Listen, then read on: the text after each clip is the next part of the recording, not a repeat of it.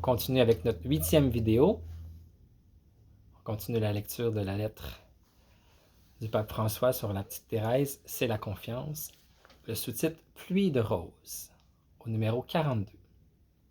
Suite à de nombreux siècles au cours desquels nombre de saints ont exprimé avec une grande ferveur et beauté leur désir d'aller au ciel, sainte Thérèse reconnaît avec grande sincérité: « J'avais alors de grandes épreuves intérieures de toutes sortes, jusqu'à me demander parfois s'il y avait un ciel. » À un autre moment, elle dit: « Lorsque je chante le bonheur du ciel, l'éternelle possession de Dieu, je n'en ressens aucune joie, car je chante simplement ce que je veux croire. » Que se passait-il? Elle entendait l'appel de Dieu à mettre le feu au cœur de l'Église, plus qu'elle ne rêvait de son propre bonheur. Le numéro 43. La transformation qui s'est produite en elle lui a permis de passer d'un fervent désir du ciel à un désir ardent et continu du bien de tous, culminant dans le rêve de poursuivre au ciel sa mission d'aimer Jésus et de le faire aimer. En ce sens, elle écrit dans une de ses dernières lettres: « Je compte bien ne pas rester inactive au ciel. Mon désir est de travailler encore pour l'Église et les âmes. » Et à cette même période, elle dit plus directement: « Mon ciel se passera sur la terre jusqu'à la fin du monde. Oui, je veux passer mon ciel à faire du bien sur la terre. » Le numéro 44. Thérèse exprimait ainsi sa réponse la plus convaincue au don unique que le Seigneur lui faisait, à cette lumière surprenante que Dieu lui déversait.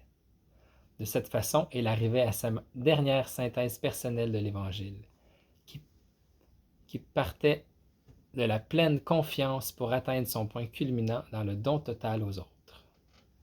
Elle ne doutait pas de la fécondité de ce don. Je pense à tout le bien que je voudrais faire après ma mort. Le bon Dieu ne me donnerait pas ce désir de faire le bien sur la terre après ma mort s'il ne voulait pas le réaliser. Ce sera comme une pluie de roses.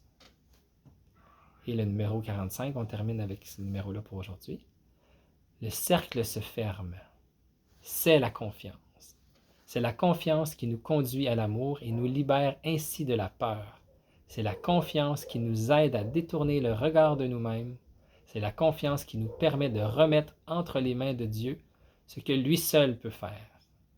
Cela nous laisse un immense torrent d'amour et d'énergie disponible pour rechercher le bien des frères.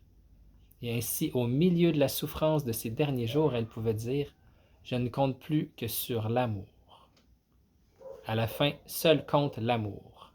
La confiance fait jaillir les roses et les répand comme un débordement de la surabondance de l'amour divin.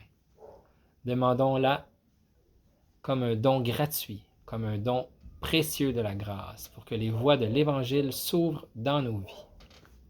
Demandons cette grâce de l'amour, de la confiance.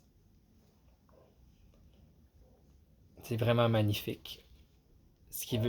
Thérèse qui voulait passer son ciel à faire du bien sur la terre. Puis une chose que je trouve belle aussi, c'est que le Seigneur ne met pas des désirs en nous qu'il ne veut pas réaliser. C'est ce qu'elle dit. Le Seigneur ne m'aurait pas mis ce désir-là dans mon cœur s'il n'aurait pas voulu le réaliser. Alors, soyons attentifs à ces désirs les plus profonds que le Seigneur met dans nos cœurs et demandons cette grâce de la confiance. C'est la confiance et rien que la confiance qui doit nous conduire à l'amour. Alors Seigneur, donne-nous cette confiance qui nous conduit à toi, toi qui es l'amour. À bientôt.